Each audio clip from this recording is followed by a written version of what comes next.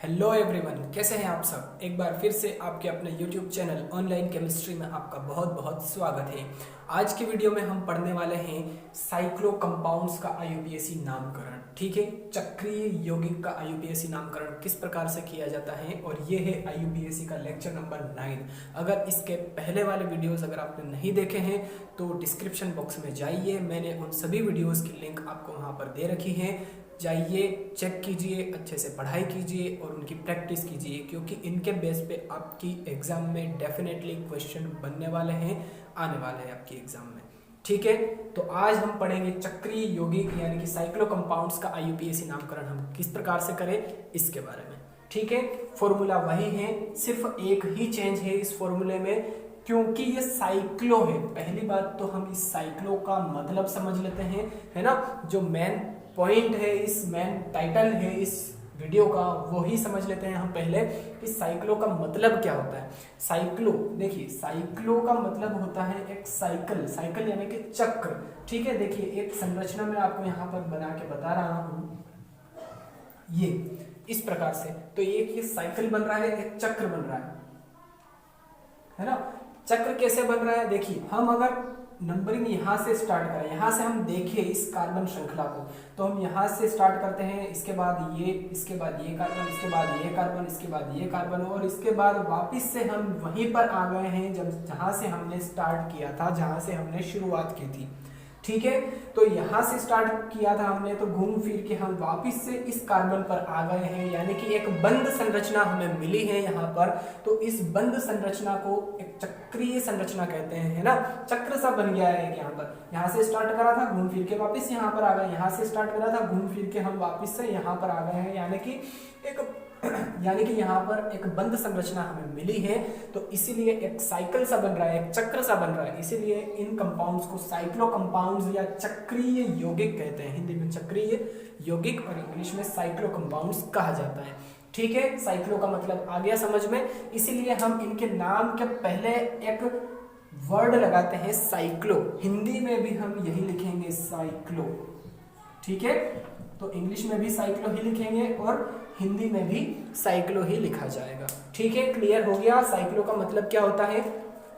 चलिए अब एग्जांपल कर लेते हैं हम। बाकी फॉर्मूला आप देखेंगे वही है, सब्स्टिट्यूएंट विद नंबर। अगर इसको छोड़ दे तो substituent with number, elk, bond name, functional group with number. सिर्फ चेंज हुआ है, यहाँ पर साइक्लो आएगा क्योंकि ये साइक्लिक कंपाउंड है, साइक्लो कंपाउंड है। ठीक है, फर्स्ट एग्जांपल मैं आपको यहाँ पर दे रहा हूँ, इसका नाम लिखना। सेकंड,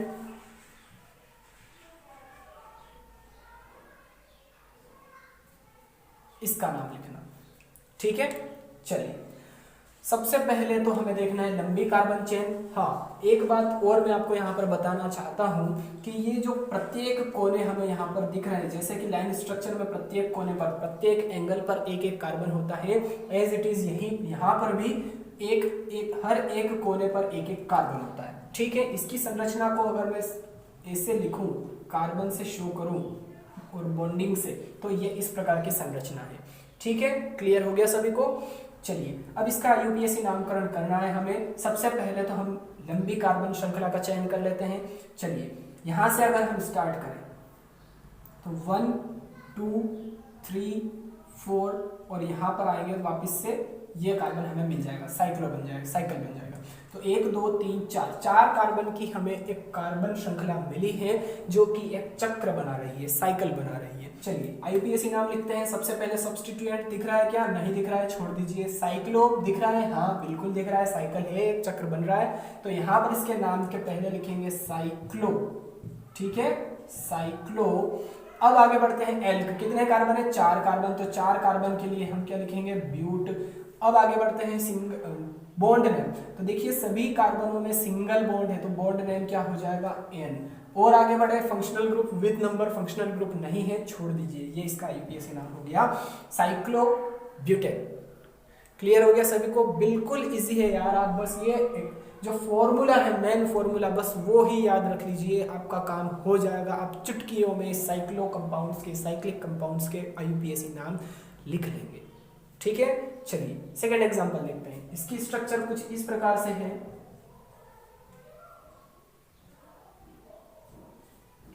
यहाँ पर। चलिए अब सबसे पहला काम करना है हमें लंबी कार्बन श्रृंखला का चयन। सबसे पहले तो हमें देखना है कि एक साइकिल बन रहा है क्या। जी हाँ, बिल्कुल बन रहा है। 1 2 3 4 और यहाँ से स्टार्ट करा था, हम वापस से यहीं पर आ जाएंगे। देखिए यहाँ से स्टार्ट करा, ये फिर ये और फिर से ये। ठीक है, तो एक चक्र बन रहा है। तो ये हमारी मेन कार्बन श्रृंखला हो जाएगी क्योंकि एक चक्रीय यौगिक है। ठीक है, अब नंबरिंग किस तरह से करेंगे। अब हम नंबरिंग यहाँ से नहीं कर सकते हैं। यहाँ से क्यों नहीं कर सकते हैं, क्योंकि नंबरिंग में हमें ये सब्स्टिट्यूएंट है। देखिए CH3 है ये, तो सब्स्टिट्यूएंट का ध्यान रखना पड़ेगा हमें। तो नंबरिंग कहाँ से होगी, यहाँ से। इसके बाद आप चाहे तो 2 यहाँ पर लिखे या 2 यहाँ पर लिखे, आपकी मर्जी, लेकिन फर्स्ट नंबर का कार्बन तो इसे ही देना पड़ेगा हमें।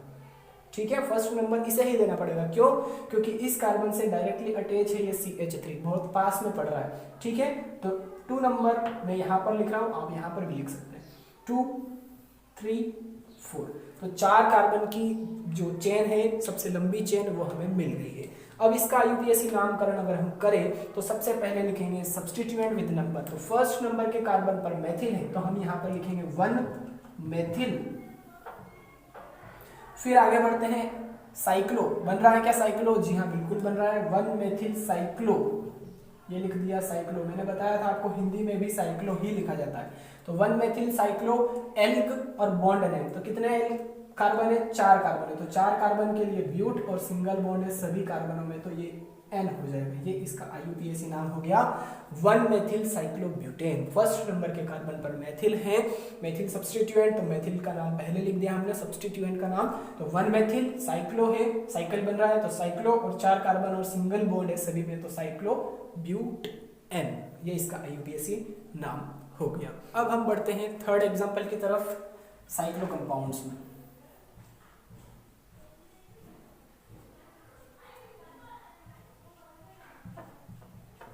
चलिए, ये स्ट्रक्चर दे रखी है हमें, इसका IUPAC नोमेनक्लेचर हमें करना है।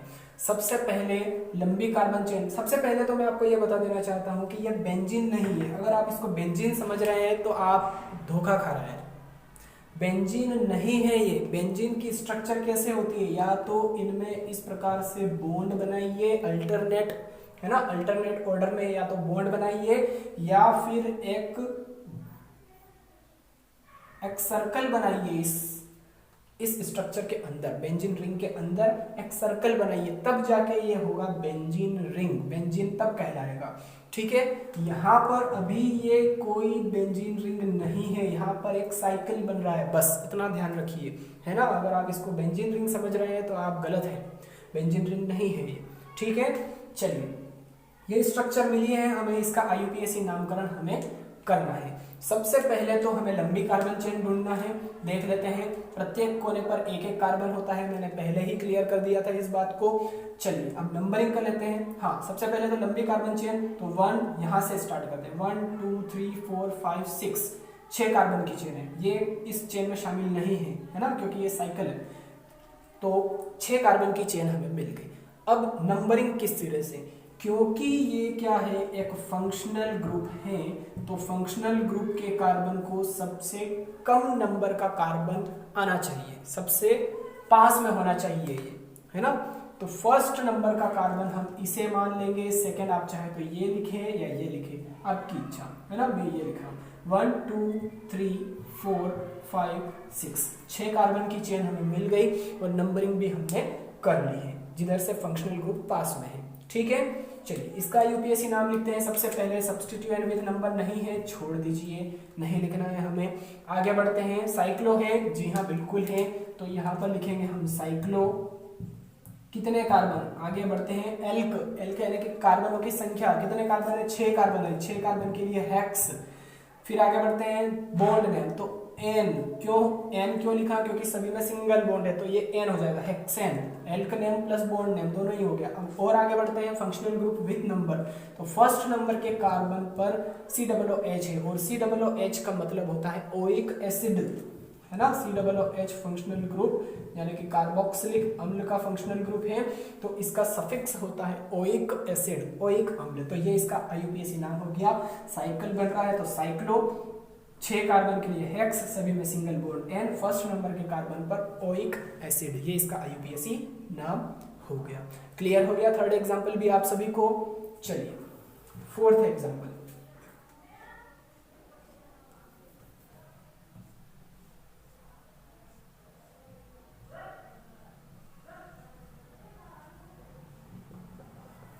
इस कार्बन श्रृंखला का हमें IUPAC नामकरण करना है। चलिए एक है ना, इस कार्बन श्रृंखला का हमें IUPAC नामकरण करना है। अब सबसे पहले लंबी कार्बन श्रृंखला का चयन करेंगे। चलिए देख लेते हैं, 1 2 3 4 5, ये एक साइकिल बन रहा है, इसको मेन कार्बन चेन मानेंगे हम। ठीक है, चलिए अब ये क्या हो गया, सब्स्टिट्यूएंट हो गया, है ना, CH3, ये इस कार्बन श्रृंखला में शामिल नहीं है, सो सब्स्टिट्यूएंट। और ये क्या है, functional group, aldehyde functional group, CHO जुड़ा हुआ है यहाँ पर। ठीक है, क्लियर हो गया सभी को। चलिए लंबी कार्बन श्रृंखला हमने चयन कर ली, 5 कार्बन की है। अब नंबरिंग करेंगे, नंबरिंग उस सिरे से करेंगे जहां से डबल बॉन्ड, ट्रिपल बॉन्ड या फंक्शनल ग्रुप या सब्स्टिट्यूएंट पास में हो, लेकिन प्रायोरिटी ऑर्डर है ना, प्रायोरिटी ऑर्डर जो है वो मैंने इसके पहले वाले वीडियोस में आपको क्लियर करवाया है। आप उन वीडियोस को जाकर देखिए, आपको अच्छे से क्लियरिटी मिलेगी। क्लियर है सभी को। चलिए तो नंबरिंग हम इस सिरे से करेंगे क्योंकि फंक्शनल ग्रुप इस कार्बन से पास में है। ठीक, 1। अब यहां पर 2 लगाए या यहां पर 2 लगाए, कौन सा नंबर दे, यहां पर 2 दे या यहां पर 2 दे, है ना। चलिए फिर से प्रायोरिटी ऑर्डर में आपको यहां पर बता देता हूं। सबसे पहले फंक्शनल ग्रुप, फिर उसके बाद प्रायोरिटी आनी चाहिए डबल बॉन्ड को, फिर प्रायोरिटी देंगे हम ट्रिपल बॉन्ड को, और सबसे लास्ट में हम प्रायोरिटी देने वाले हैं सब्स्टिट्यूएंट को। अब यहाँ पर ये सब्स्टिट्यूएंट है यानी कि ये, और यहाँ पर ये जो है डबल बॉन्ड है यानी कि ये। तो फंक्शनल ग्रुप के बाद किसे हम प्रायोरिटी देंगे, फंक्शनल ग्रुप के बाद हम देंगे डबल बॉन्ड को, यानी कि सेकेंड नंबर ये सही होगा बजाय इसके। क्लियर हो गया सभी को, है ना। फंक्शनल ग्रुप की तरफ से नंबरिंग कर दी हमने 1। अब 1 पोजीशन तो खत्म हो गई, अब 2 किसे देना है ये आता है दिमाग में अपने, ये कंफ्यूजन बना रहता है ना। तो सब्स्टिट्यूएंट को बाद में प्रायोरिटी देंगे डबल बॉन्ड के, डबल बॉन्ड को पहले लिखेंगे हम। ठीक है, तो 2 पोजीशन इसे देंगे, इसे नहीं देना है। क्लियर हो गया सभी को। जानबूझ के ऐसा एग्जाम्पल लिया है मैंने ताकि आपको अच्छे से क्लियर हो जाए। IUPAC में आपको कोई भी परेशानी में नहीं डालना चाहता, आपको हर एक चीज क्लियर हो जाए यहाँ पर IUPAC में, मैं बस यही चाहता हूँ। ठीक है, तो इतनी मेहनत कर रहा हूँ आपके लिए, वीडियो को लाइक जरूर कीजिएगा। ठीक है, चलिए तो फर्स्ट, सेकंड, थर्ड, फोर्थ और ये हो जाएगा 5th नंबर का कार्बन। अब सबसे पहले हमें सब्स्टिट्यूएंट लिखना है इस फॉर्मूले के अकॉर्डिंग। सबसे पहले सब्स्टिट्यूएंट विथ नंबर, ठीक है, तो यहां पर लिखेंगे हम 5 मेथिल। आगे बढ़े, एक ही सब्स्टिट्यूएंट था, लिख दिया हमने, काम खत्म हो गया।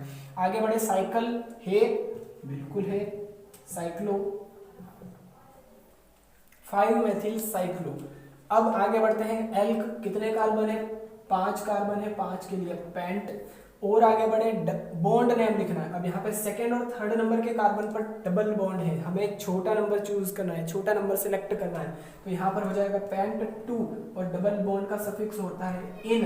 और फर्स्ट नंबर के कार्बन पर एल्डिहाइड है, तो एल्डिहाइड का जो सफिक्स होता है वो होता है अल, ये इसका IUPAC नाम हो गया 5 मेथिल। 5 नंबर के कार्बन पर मेथिल है, 5 मेथिल साइक्लो, एक चक्रीय यौगिक है इसलिए साइक्लो।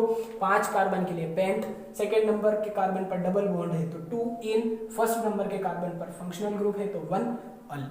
एक एक चीज मैंने आपको अच्छे से बारीकी से क्लियर करवा दी है ना इस एग्जाम्पल में। आई थिंक आपको ये एग्जाम्पल और ये एग्जाम्पल और इसके पहले के जो 2 एग्जाम्पल करे वो भी अच्छे से क्लियर हो गए होंगे। अगर आपको ये वीडियो पसंद आया है तो प्लीज़ वीडियो को लाइक जरूर कीजिएगा, ओके। और अगर आप पहली बार इस चैनल पर आए हैं और वीडियो देख रहे हैं तो प्लीज़ चैनल को भी सब्सक्राइब कर लीजिए, साथ में बेल आइकन भी जरूर प्रेस कीजिए ताकि आगे आने वाले वीडियोज़ की नोटिफिकेशन भी आपको टाइम टू टाइम मिलती रहे, ओके। अच्छे से पढ़ाई करते रहिए, मेहनत करते रहिए, ठीक है। वीडियो देखने के लिए थैंक यू सो मच। जय हिंद।